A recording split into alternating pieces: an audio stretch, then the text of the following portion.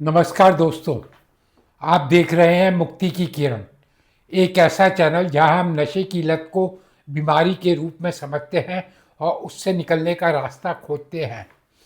आज का हमारा विषय है डिसफंक्शनल फैमिलीज, यानी असंतुलित या अव्यवस्थित परिवार और उनका नशे की लत से संबंध। दोस्तों, बहुत बार अब हम किसी व्यक्ति को नशे का आदी देखते हैं तो हम केवल उसी व्यक्ति को दोष देते हैं। हम कहते हैं इसकी इच्छा शक्ति कमज़ोर है, इसने गलत संगत पकड़ ली है, इसकी गलती है। लेकिन सच्चाई यह है कि नशे की लत अक्सर अक्सर केवल व्यक्ति की समस्या नहीं होती।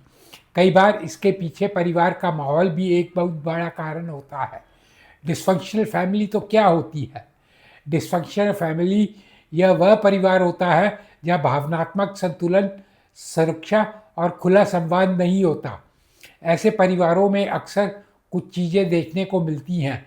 घर में लगातार झगड़े और तनाव, माता पिता के बीच असहमति या अलगाव, किसी सदस्य का नशे में होना, बच्चों की भावनाओं को महत्व न देना, डर और दबाव का माहौल। ऐसे माहौल में बच्चा बड़ा तो हो जाता है लेकिन अंदर से भावनात्मक रूप से घायल रहता है। इसका बच्चों पर क्या असर पड़ता है?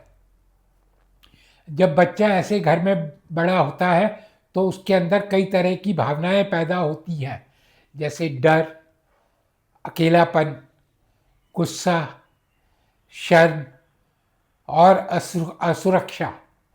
लेकिन अक्सर उसे अपनी भावनाएं व्यक्त करने की अनुमति नहीं मिलती। उसे कहा जाता है चुप रहो, बात बाहर मत करना, सब ठीक है। इसलिए वह अपनी भावनाएं अंदर ही दबा लेता है। और जब यह बच्चा बड़ा होता है तो वह इन दर्दनाक भावनाओं से बचने के लिए कोई तरीका खोजता है। उनमें से एक तरीका होता है नशा। नशा क्यों आकर्षित करता है? नशा कुछ समय के लिए इन दर्दनाक भावनाओं को दबा देता है। जिस व्यक्ति में बचपन में बहुत दर्द, डर या अकेलापन महसूस किया हो, उसे नशे में थोड़ी देर के लिए राहत मिलती है। उसे लगता है कि दर्द कम हो गया, तनाव खत्म हो गया, दिमाग शांत हो गया।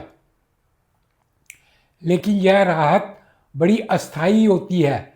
धीरे धीरे यही नशा एक लत बन जाता है और जीवन को और ज़्यादा मुश्किल बना देता है।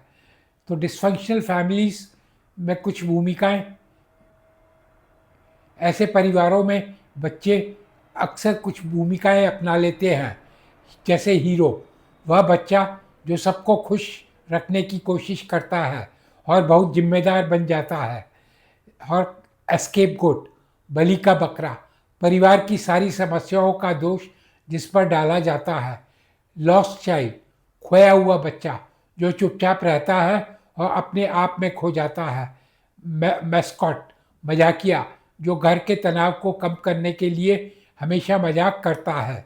बाहरी रूप से ये भूमिकाएं अलग अलग दिखाई देती हैं, लेकिन अंदर से हर बच्चा भावनात्मक दर्द लेकर बड़ा होता है। अच्छी खबर क्या है? सबसे महत्वपूर्ण बात यह है कि भले ही हमारा बचपन कैसा भी रहा हो, हम अपने भविष्य को बदल सकते हैं और रिकवरी संभव है। मैंने कई वीडियो में आपको बता रखा है। जब व्यक्ति समझता है कि नशा एक बीमारी है, इसके पीछे भावनात्मक कारण है और मदद उपलब्ध है, जब बदलाव की शुरुआत होती है तो रिकवरी का रास्ता भी अपने आप मिलता है। रिकवरी के लिए कुछ चीज़ें बहुत मददगार होती हैं। अपनी भावनाओं को स्वीकार करना, किसी भरोसेमंद व्यक्ति से बात करना, काउंसलिंग या थेरेपी लेना और 12 स्टेप प्रोग्राम जैसे रिकवरी समूहों में शामिल होना। इन जगहों पर व्यक्ति पहली बार महसूस करता है कि मैं अकेला नहीं हूँ, मेरी कहानी औरों जैसी है।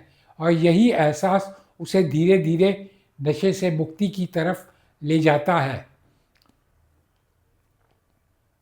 तो अंत में मैं इतना ही कह रहा हूँ, अगर आप या आपका कोई प्रिय व्यक्ति नशे की समस्या से जूझ रहा है तो याद रखिए, यह केवल इच्छा शक्ति की कमी नहीं है, अक्सर इसके पीछे गहरे भावनात्मक घाव होते हैं। लेकिन अच्छी खबर यह है कि इससे छुटकारा है। हर अंधेरे में एक किरण होती है और रिकवरी संभव है।